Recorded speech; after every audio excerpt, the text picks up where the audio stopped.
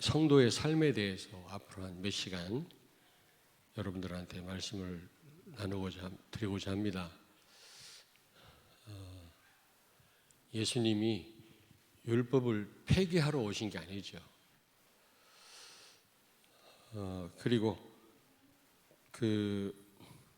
우리가 반율법주의자가 되면 안 되고 율법을 완성하기 위해서 오셨다 그랬어요. 그 부분을 우리가 잘 이해를 해야 되겠습니다. 먼저 우리가 율법을 복음 모르고 율법을 지키면 그게 우리를 정죄하고 우리를 죽이는 역할을 합니다. 그러나 복음을 누리면서 우리가 율법을 지킬 수 있다면 그거는 굉장한 우리에게 유익이 될 뿐만 아니라 전도의 큰 문이 됩니다. 그래서 성도의 삶에 대해서 좀 말씀드리려고 하는데 그러려면 먼저 교회부터 우리가 이해를 해야 되겠습니다. 수없이 말씀드렸습니다마는 교회란 어떤 곳인가? 교회란 여러 가지로 설명할 수 있겠습니다마는 신학에서 말하는 교회론이 아니고요. 제가 나름대로 느낀 성경에서 말하는 교회 도대체 어떤 것인가에 대해서 말씀을 드리려고 합니다. 가시적 하나님 나라다. 눈에 보이는 하나님의 나라라는 거죠.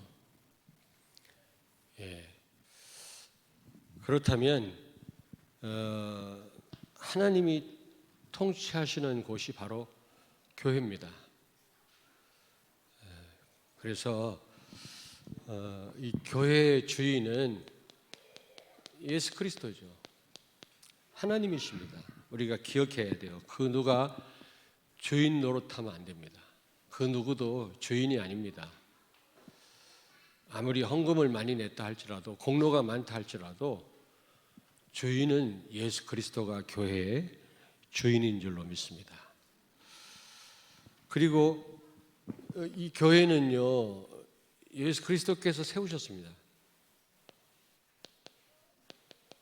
오늘 내 교회를 내가 세운다고 예수님 말씀하지 않았습니까?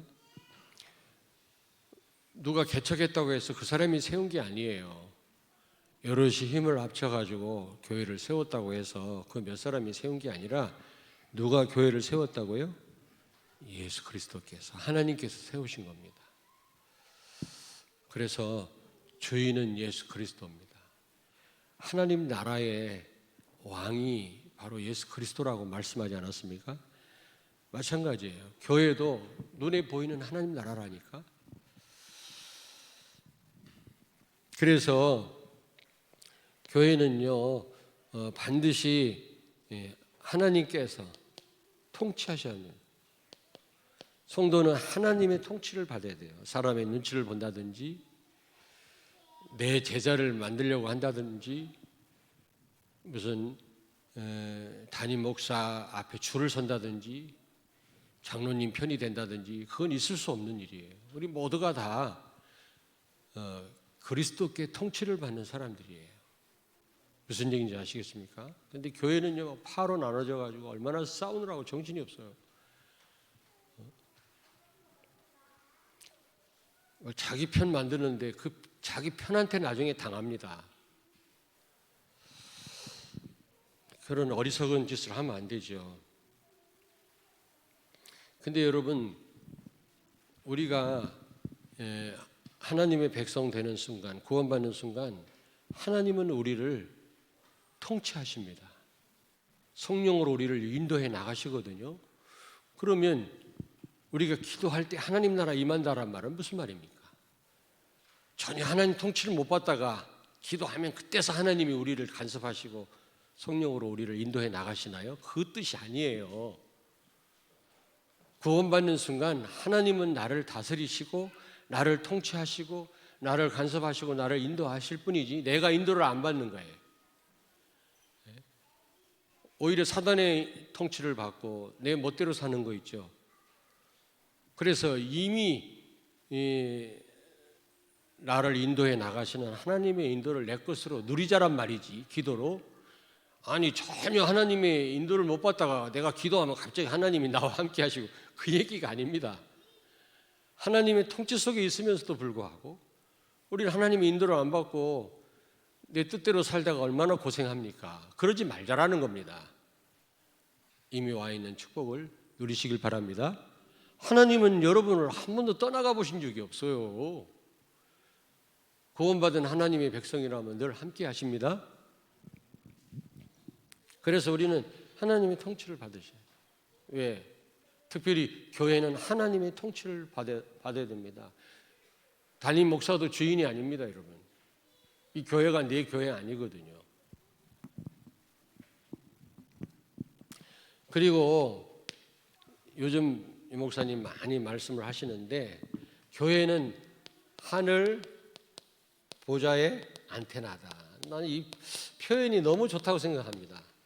영적 통신망도 참 마음에 와닿는 그런 용어지만 하늘 보좌의 안테나가 교회다. 너무 맞는 말이죠. 예? 여러분, 교회는 하늘 보좌의 축복을 누리고 이 축복을 나눌 수 있도록 해주는 곳입니다. 하늘 보좌의 축복을 누리도록 또 그 축복을 증거하도록 그래서 하나님의 나라를 확장하도록 여러분 해주는 곳이 교회입니다. 얼마나 중요합니까? 아까도 어떤 교회에서 건축을 이제 건축은 아니지만 어떤 건물을 거의 건축하다시피 하는데 이제 우리 교회 탐방을 왔어요. 근데 뭐 요구사항이 많아요. 첫째 뭐 질문사항이 많더라. 미리 보냈어 나한테. 그래서 이 사람들이 무슨 뭐 이렇게 요구사항이 많나? 근데 가만히 생각하니까 복음 가진 교회 건축이 얼마나 중요합니까? 그렇잖아요. 내가 다른 것으로도 내가 헌신해야 되는데 그거 그들이 질문해 오는 거고 답을 못 해줍니까? 그래서 다과를 딱 차려놓고 기다렸더니 청년 둘이 왔어. 야, 참 그 교회도 나는 연세 많은 장로님이 오실 줄 알았더니 청년들이 여러 교회 흩어져 가지고 이제 교회 건축한 교회 탐방을 하더라고요. 그러면서 뭐 여러 가지 제가 설명을 했습니다만은 이 건물이 왜 중요하냐? 교회 사는 일이 너무 중요하기 때문에 건물이 중요하다. 집안에서 맨날 부부가 싸운다면 집이 아무리 저택을 갖고 있어도 무슨 의미가 있겠어요? 그러나 너무 그 가정이 중요하고 행복하고 중요한 일들을 하는 그런 가정이라면 그 건물이 얼마나 중요합니까? 안 그래요? 아무리 중요한 그런 행복한 가정이라 할지라도 집이 없이 막 천막에서 살고 비가 새고 그런다면 무슨 일이 되겠어요? 안 그래요? 그래서 중요한 거다. 교회에서 하는 일이 뭐냐? 복음 알게 하고 복음 누리게 하고 복음 증거해서 하나님 나라 확장하는 일을 하는 것이 교회 아니냐? 그러므로 이 건물 그런 일을 하도록 도와주는 그 건물이 얼마나 중요하냐 말이지. 그런 얘기를 했습니다만 여러분 이게 다 아닙니까?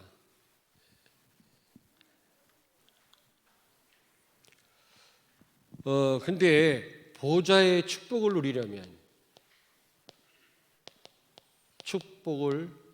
누리려면 어떻게 해야 되죠? 보좌의 축복을 누리려면 교회가 정말 바로 돼야 되겠죠. 보좌의 축복을 바로 전달할 수 있어야 될 거 아닙니까? 이 안테나가 잘못되면 참 지금 여러분들은 잘 이해를 못하는 것 같은데 여기 좀 연세 있는 분 다 알아요. 예전에 난리였다니까. TV도 막 이만해가지고 들지도 못하고 지금은 뭐 TV도 그렇고 컴퓨터도 막 어마어마하고 막 그랬거든. 근데 지금은 얼마나 지금 소형으로 바뀌었습니까? 너무 이 전파도 잘 잡고요. 근데 우리 때는 막 집은 꼭대기에다 큰 안테나 막 세워야 되고 막 올라가서 안테나 돌리다가 떨어지고 막 그랬거든. 그걸 잘 이해를 못할 겁니다.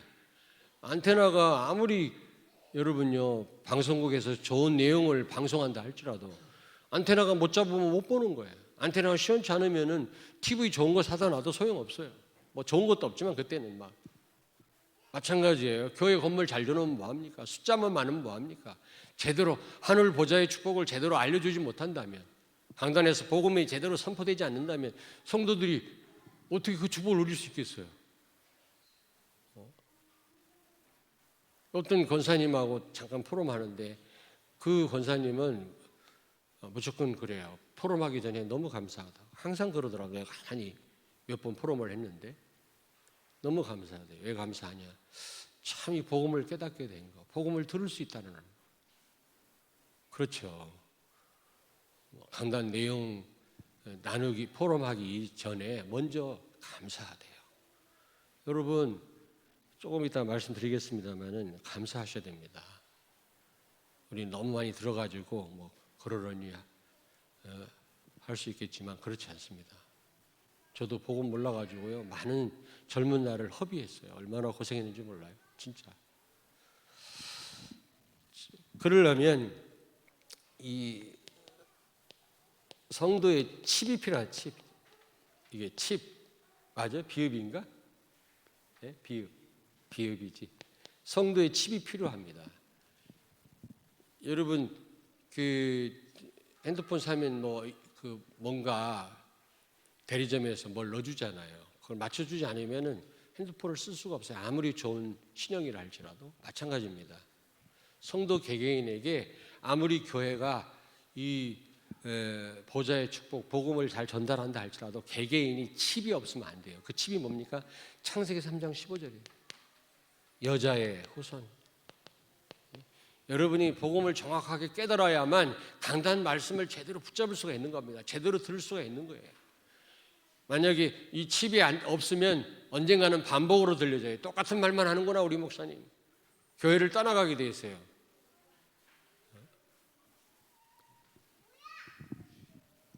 반복으로 들려지면 벌써 조금 여러분 자신들을 좀 다시 좀 점검을 해봐야 됩니다. 내가 진짜 복음을 깨달았나? 복음을 깨달은 사람은 늘 새로워요. 똑같은 말을 해도 똑같은 말이 아니지. 어제 한 거하고 오늘하고 같아요. 성령 역사가 다른데 어제 먹은 밥하고 오늘 먹은 밥하고 같습니까? 늘 새롭죠. 그리고 강단 말씀입니다. 강단 말씀. 결국 강단 말씀은 복음이거든요. 한마디로 말하면 복음과 복음을 어떻게 증거하느냐 그런 내용인데 강단 말씀 제대로 붙잡으면 여러분 제대로 보좌의 축복을 여러분이 더 깊이 깨달아 알 수가 있고 누릴 수가 있게 되는 거예요. 그런 걸 전달하고 돕는 이 교회, 이 건물이 얼마나 또 중요합니까? 자, 세 번째입니다. 여러분 복음이 확실해야 됩니다. 그래야만 교회를 통해 주시는 이 보좌의 축복을 여러분이 깊이 이해할 수가 있고 제대로 누릴 수가 있는 겁니다. 그런데 이 칩이 없는 사람이 있어요. 칩이. 기존 교회는 구원 못 받은 교인이 수두룩해요. 거의 복음 몰라. 예수가 그리스도란 말을 거의 몰라요. 좀 죄송한 얘기인데 자, 그 미국 사람인데 어떤 간호사 자매가 조금 비슷하게 대답을 하더라고. 그리스도에 대해서. 나는 20몇 년 동안 목회하면서 다락방 사역을 27년째 하고 있는데 그 자매가 미국 사람인데 물론 내가 직접 알아들은 건 아니지. 누가 통역을 했는데 좀 비슷하게 대답을 하고 그 자매 한 사람만. 목사도 그렇고 중직자도 그렇고 예수가 그리스도라는 이 언약을 제대로 설명 들어본 적이 없어요, 내가. 그러니 하늘 보좌의 축복을 어떻게 목사님도 모르고 교인들도 모르니 어떻게 그 축복을 알고 누릴 수가 있겠어요, 여러분요. 그러니 어떻게 또 다른 사람에게 증거할 수가 있겠냐고 생각을 해보세요. 그러니까 교회가 지금 다 문 닫고 있지 않습니까? 세 번째입니다. 여러분 그러면 보좌의 축복을 누리려면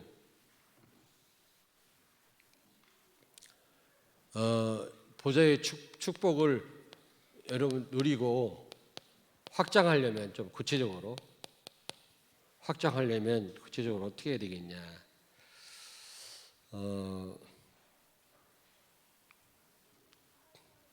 칩이 있어야 된다고 그랬는데 좀 구체적으로 말씀을 드리는 겁니다. 여러분, 교회는 눈에 보이는 하나님 나라기 때문에 여러분이 하나님 백성이거든요. 그러므로 하나님의 법인 하나님의 말씀에 절대 순종하십니다.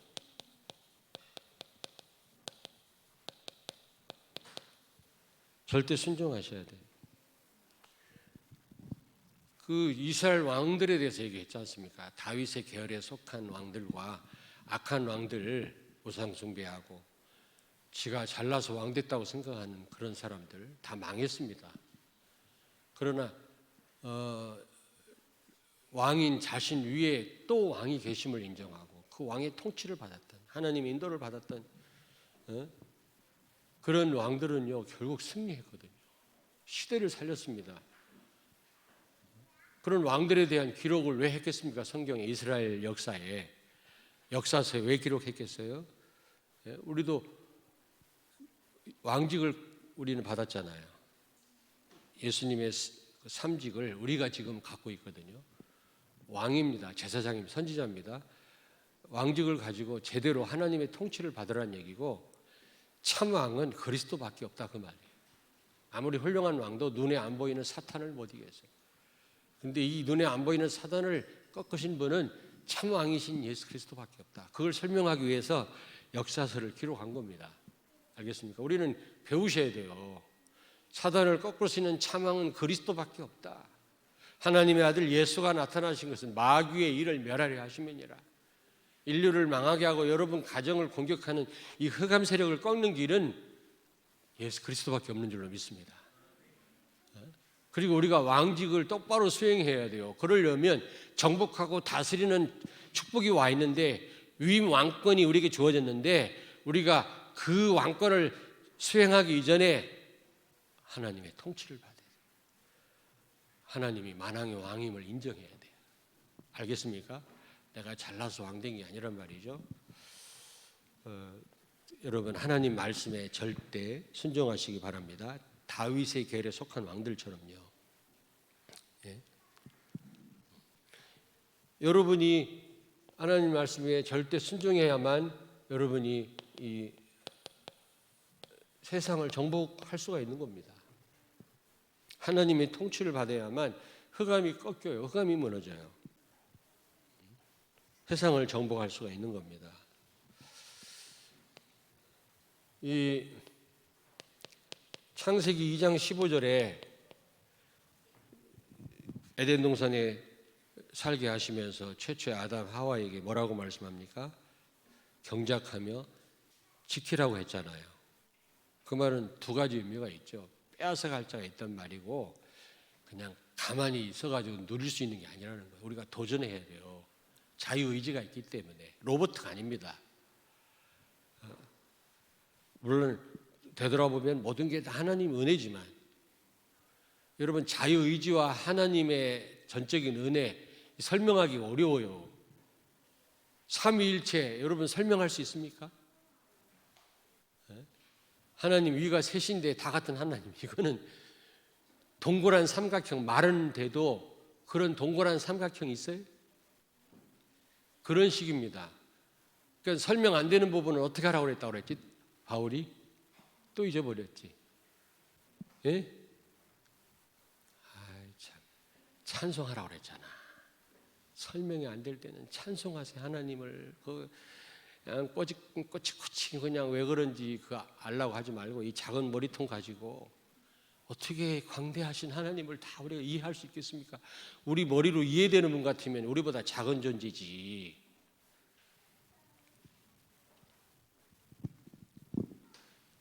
분명히 그랬는데 어떻게 했어요? 예? 그럴 때 창세기 1장 28절 하나님 말씀 철저하게 지킬 때 정복하고 다스리는 이 왕권을 우리가 행사할 수가 있는데 어떻게 했어요? 선악과 테스트에 실패했잖아요. 그 말은 하나님의 백성이 하나님의 법을 따르지 않았다 그 말이에요. 그래서 어떻게 됐어요? 예?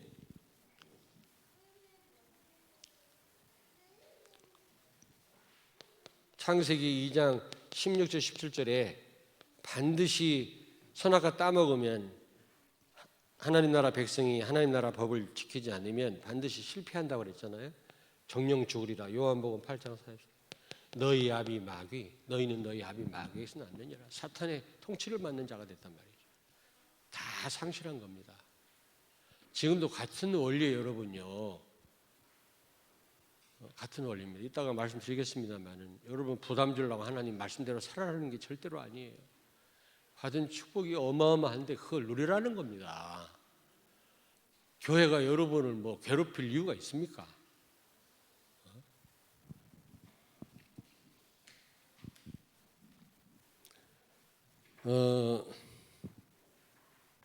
여기 창세기 2장 17절 선악과를 따먹어라 그랬어요? 선악과 왜 따먹었죠? 막 좋은 말, 우리가 좋은 말에 속습니다. 내 귀에 듣기 좋은 말에 속습니다. 혹시 어떤 분은요 막 책망해도 그걸 은혜로 받는 분이 있어요. 참 감사하지. 그런 분은 굉장히 그 앞으로 성장 가능성이 있는 분이에요. 근데 조금만 그냥 거슬리는 말하면 막 이상해지는 사람 있죠. 잠언해 보니까 그런 사람한테는 말하지 말래 괜히 봉변당하니까. 선악과냐 생명나무냐. 범죄한 이후로 생명나무 열매를 못 따먹도록 그렇게 했잖아요, 하나님이요. 딱 두 가지입니다. 신명기 30장 15절 19절 보니까 이스라엘 백성들 앞에 딱 두 길을 뒀다고 그랬어요. 생명과 축복, 사망과 화. 예레미야서인가 거기에도 이런 말씀이 나와요. 딱 우리 앞에 딱 두 길밖에 없다. 세 길 없다. 여러분 쉽게 말하면 성령이냐 악령이냐. 눈에 안 보이지만 영적 세계를요 딱 둘러나눌 수가 있습니다. 중간지대 없습니다. 마태복음 7장 13절 14절 보니까 우리 앞에 문이 두 개 있대요. 좁은 문, 넓은 문. 넓은 문으로 가는 사람 많대요. 편하니까. 많은 사람 가니까 따라갑니다. 그런데 좁은 문은 협착해서 가는 사람이 없다는 거 아닙니까? 근데 좁은 문으로 가는 자가 산다 그 말이에요. 딱 두 문이에요, 여러분. 이게 무슨 말입니까? 우리가 전적으로 하나님 말씀 따라 살지 않으면, 철저하게 순종하지 않으면 아무리 잘 나가고 아무리 편하고 지금 내가 성공하는 것 같아도 사단의 통찰에 있음을 알아야 돼요. 중간지대 없어요. 근데 우리가 많이 속아요. 별일 없겠지. 바울이 그랬잖아요. 그 알렉산드리아호 탄 바울이, 죄수 바울이 항해하지 말자고 그랬거든. 사도행전 27장에 보니까. 근데 그 배 그 실질적인 그 책임자인 로마 장교가 이 바울의 말보다 선장과 선주 전문가의 말을 듣고 항해하다가 또 다수가 가자고 그러니까 항해하다가 또 왜 또 가자고 그랬죠? 항해하자고 그랬죠? 이 항구는 술집도 없고 호텔도 없어. 저기 항구로 가면 베닉스로 가면 뭐 거기 너무너무 그 휘황찬란한 항구라. 거기 가서 우리가 정박하자라는 겁니다. 편리를 쫓아 항해하다가 얼마 못 돼요. 거기다 또 편서풍까지 부네. 동남풍이 불어요. 항해하기 좋은 바람이, 지중해에 부는 바람이거든. 그러니까 막 아이고 우리가 저 죄수 말을 들었으면 우리가 그냥 고생할 뻔했는데 잘 됐다 막 득이양양했다고 했는데 얼마 못 돼요. 하나님 말씀 놓치고 이미 출발하면서부터 사단의 통치를 받는 거예요. 조금 있다 받는 게 아닙니다. 잘 나간다고 여러분 동남풍이 분다고 그게 성령 인도 받고 있는 중입니까? 우리는 잘못 알아요. 하나님 말씀 놓치고도 내가 잘 살면 잘 살고 있는 줄 착각 알아요. 아니에요, 여러분. 아무리 잘 나가도 하나님 말씀 철저하게 붙잡지 않으면 사단의 통치를 받는 순간임을 기억해야 돼. 중간지대는 없다. 그 우리는 그냥 미지근하면 하나님이 토한다고 그랬잖아요. 요한계시록 2장인가? 이게 극단적 표현 아닙니까? 토해버리겠다. 미지근한 사람. 이것도 저것도 아니고 양다리 걸쳐가지고 뭐 좀 사업도 잘 되고 뭐 좀 잘 된다고 해가지고 괜찮겠지. 천만의 말씀. 이미 바울의 말을 놓치고 출발하는 순간 사단의 통치를 받고 있는 거지. 시간 문제지 그게. 착각하시면 안 돼요. 옆에 있는 분한테 말씀하세요. 착각하지 말자. 둘 중에 하나예요. 철저하게 하나님 말씀 붙잡고 사시길 바랍니다. 여러분이 가는 곳마다 영적인 지각 변동이 일어나야 돼요. 아유, 저 권사님 번화 많아야 이것도 저것도 아니고 이래가지고는 안 된다니까. 그 권사님 말이야. 그 장로님. 또 목사 얘기 안 하면 또 여러분 또 삐질라. 그 목사님 말이야.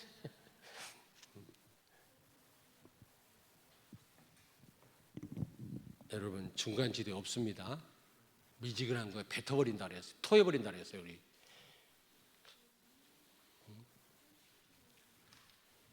요한계시록 몇 절이지? 3장 16절이구나. 3장 10절에 미지근한 거야. 우리도 그냥 근데 미지근한 게 건강에는 좋아. 찬물이 진짜 안 좋아 여러분요. 찬물이. 내가 기도해야 되는데 이 메시지 그랬더니 우리 부목사님이 괜찮다네. 그냥 하고 싶은 대로 다. 5분 찬양하다 기도하다 끝났는데 괜히 나 욕먹이지 말라. 예전에도 막 그렇게 유목사님 메시지 길은 거 있잖아요. 듣다가 끝나고 그러면요 성도들이 기도하러 모였지 우리가 말씀 들으러 모였냐 막 그러더라고. 2시간 했더니 막 차 놓친다고 난리고요. 막 지하철 놓친다고. 도대체 어떡하란 말이야 도대체. 하고 싶은 말이 많은데 시간 없으니까. 여러분 중간지대 없습니다. 제발 착각하지 마세요. 그냥 철저하게.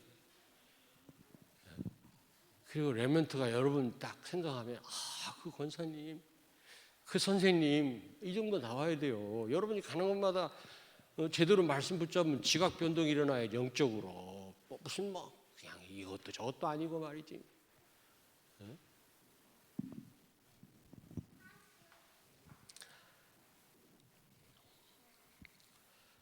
자, 세 번째입니다.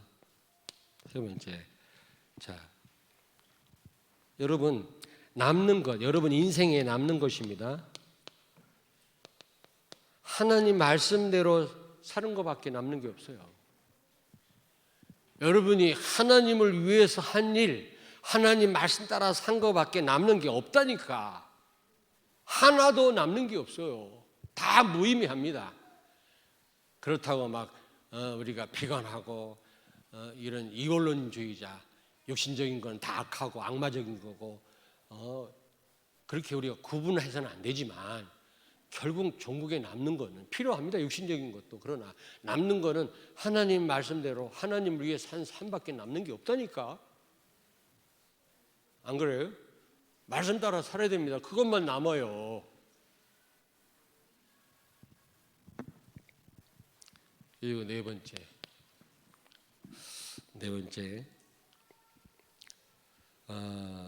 여러분 하나님의 수준이 돼요. 하나님의 스케일을 가져. 스케일. 237 여러분 237 5천 종족 말은 잘해. 여러분 뭐 별거 아닌 거 가지고 막 시험 들고 막 돈 걱정하고 막 자녀 걱정하고 이해됩니다. 우리 부목사님 조금 전에 사단한테 반 내주고 시작한다는데 어쩜 그렇게 표현을 잘하는지. 우리는 일단 사단한테 내주고 시작하잖아. 억울하게 우리 인생이 가치 있는 인생인데 너무 맞는 말이긴 하지만 그러면서 사단한테 반 내주면서 무슨 237이에요. 237은 무슨 5천 종족이냐고 생각을 해보세요. 나 하나 주체도 못하고 지금 하나님의 스케일이 돼야 돼요. 우리가요. 하나님 수준 돼야 237을 바라보지. 5천 종족을 우리가 복음할 거 아니겠어요? 방법이 뭐예요? 말씀 순종하는 거예요. 하나님 말씀 따라 사는 거예요. 무슨 다른 방법이 있는 게 아니라 여러분이 정말 말씀대로 따라 살고 말씀 순종하는 거, 말씀 가지고 집중하는 거, 이거야말로 이게 하나님 스케일이 되는 겁니다. 방법이 없어요. 근데 말씀 엉거주춤 미지근한 삶을 살면서도 막 기도할 때 보면 2, 3, 7, 5천 정도, 또 앞으로 기도 안 할라 대표기도. 무서워서 말은 못하겠네. 괜찮으니까 기도 자꾸 하다 보면 그게 되겠지. 아니 안 그래요, 여러분? 뭐가 도대체 하나님 수준이 되는 겁니까? 말씀 순종하는 거예요. 우리가 뭐 다른 방법이 있어요? 하나님 같이 될 방법이 있냐고. 자, 이제 굉장히 중요한 말씀인데요. 신명기 30장 11절. 한번 찾아보겠습니다. 이거 찾아보셔야 돼요. 이것만 말씀드릴게요. 신명기 30장 11절. 310페이지입니까? 구약성경 우리 같이 읽겠습니다. 내가 오늘 내게 명령한 이 명령은 내게 어려운 것도 아니요 먼 것도 아니라. 14절 읽습니다. 오직 그 말씀이 내게 매우 가까워서 내 입에 있으며 내 마음에 있은즉 내가 이를 행할 수 있느니라. 아멘. 여러분 또 살짝 또 고민이 생기잖아요. 우리가 어떻게 말씀대로 그냥 우리가 어중간한 삶이 아니라 철저하게 말씀 따라 살아가는데 순종하라는데 어떻게 그게 가능할까 생각하는 분이 있는지 모르겠는데요. 쉽다고 그랬어요. 여기 쉽다고. 왜 쉬워요? 여기 11절 14절 말씀이 무슨 말입니까? 여러분 14절 말씀이 오직 그 말씀이 내게 매우 가까워서 내 입에 있으며 내 마음에 있은즉 내가 이를 행할 수 있느니라. 그 어떤 권사님한테 이걸 물어봤더니 이거는 성경책이 있어서 그렇다는 거예요. 아니 성경책이 있다고 말씀 따라 하기 쉬워? 다 성경책 들고 있는데 기독교인들은 다. 근데도 완전 하나님 나라 축복을 못 누리는 보좌의 축복 못 누리는 사람들이 세고 셌는데 성경책 끼고 있다가 다가 아니라 복음을 깨닫게 해주셔서 우리 속에 정확한 언약이 있고 늘 복음의 정확한 언약을 늘 강단을 통해서 훈련을 통해서 하나님 들려주신다라는 거죠. 그런 얘기예요. 아니 불신자는 들어야 뭘 하지. 안 그래요? 기존 신자들은 뭘 알아야 우리가 말씀대로 살지. 근데 우리는 정확한 언약이 있어요, 없어요? 너희가 내 안에 거하고 내 말이 너희 안에 거하면 무엇인지 구하라. 그러면 이루리라. 요한복음 15장 7절에. 우리는 언약이 있잖아요. 언약이 내 안에. 언약이 계속 선포되잖아요. 그래서 감사하다라고 그러더라고 어떤 권사님이. 그래서 감사하대. 성경책 끼고 있다고 그게 다가 아니고 정확한 언약을 들을 수 있고 가까이 있고 내 마음에 있고 있다라는 거죠. 아멘? 이해됩니까? 예수님이 왜 비유를 들어서 말씀했을까? 설명했어요. 내가 왜 비유를 드는지 아냐? 두 가지. 제자들은 잘 깨닫게 하려고 비유를 들어서 잘 이해시키려고 비유를 들었고 망할 사람들은 이해 못하도록 헷갈리게 하기 위해서 비유를 들었어요. 맞죠? 이해를 해야 언약이 이해되고 그게 계속 들려져서 내 마음에 내 영혼에 담아져야 그게 내 삶 속에 성취되지. 우리는 이미 그런 상태에 와 있잖아. 여기 계신 분들 이미 여러분 수천 번 수만 번 들었잖아요. 예수가 그리스도다. 세계 복음화.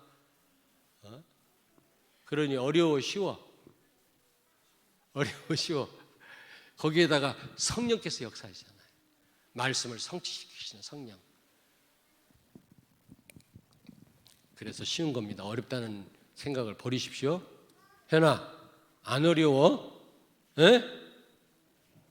마스크를 써서 알 수가 있어야지. 여러분 안 어렵습니다. 에? 어려운 분 말씀대로 살기. 몰라서 어려워? 수만 번 들어놓고 여러분 영혼 속에 각인돼 있잖아요. 예수가 그리스도. 그리고 성령이 도와주시는데 옆에서 말씀을 성취시키시고 구원을 적용시키는 성령 하나님이 그리스도를 통해서 와 계신데 율법을 지킬 수 있는 힘을 공급하시는 성령이 나와 함께 계시는데 어려워요? 우리가 하나님 나라 백성임을 우리가 명심하고 법을 지킬 그런 마음을 가지고 기도해야 될 줄로 믿습니다. 자, 이 시간이 많이 갔는데 네 번째로 교회는 이게 하나님이 예수 그리스도를 통해 세우신 유일한 시스템 아닙니까? 시스템. 교회를 왜 세웠다고 생각합니까? 예? 나 혼자는 신앙생활 안 돼요. 비대면 예배가 왜 이게 취약한 줄 아십니까? 하루 이틀이지. 여러분 혼자는 안 됩니다. 특별히 우리 청소년 신학원도 줌으로 한다는데 내가 볼 때는 그거 그렇게 효과가 있겠냐? 조금은 있겠지만 혼자 안 돼요, 여러분요. 혼자 독불장군 없습니다. 혼자 안 돼요. 어쨌든 모여야 돼. 그래서 무조건 모이세요, 무조건. 예, 여러분에게 손해가 아닙니다. 시간 낭비가 아니라니까. 예, 그 무엇으로 보좌의 축복과 바꿀 수 있겠어요? 그 다음에 이 사단도 조직이 있어요. 사단도 조직. 요한계시록에 사단의 회라고 그랬거든요. 사단 조직이 있어요. 그래서 우리도 연합해야 돼. 연합해야 돼. 사단의 조직을 무너뜨리려면 나 혼자는 안 돼요. 연합해야 돼. 그래서 교회라고 하는 공동체가 필요한 겁니다. 여러분이. 연합해야 돼. 원리스가 되어지면 기적이 일어난다고 하지 않습니까? 그리고 세 번째로 우리가 세계복음화 나 혼자 할 수 있는 게 아니거든. 하나님 나라 확장 운동 나 혼자 할 수 있는 게 아니거든. 세계는 너무 넓어요. 너무 인류는 많고 가야 될 곳도 많고 그렇기 때문에 우리가 연합해야 되기 때문에 교회라고 하는 공동체 이런 시스템을 허락하신 줄로 믿습니다. 그러므로 여러분 먼저 우리가 성도가 어떻게 살아야 되느냐는 다음 또 이렇게 말씀드릴 거고요. 교회가 어떤 곳인가 저는 이 신학에서 말하는 교회론을 설명한 게 아니라 요즘 유 목사님 또 내가 생각한 바 교회란 어떤 것인가 그런 부분을 전달해 드렸습니다. 여러분이 교회가 얼마나 중요한지를 아시고 이제 교회 구성원으로서의 여러분 개인이 어떻게 살아야 될 건지 다음 주에 또 말씀드리도록 하겠습니다.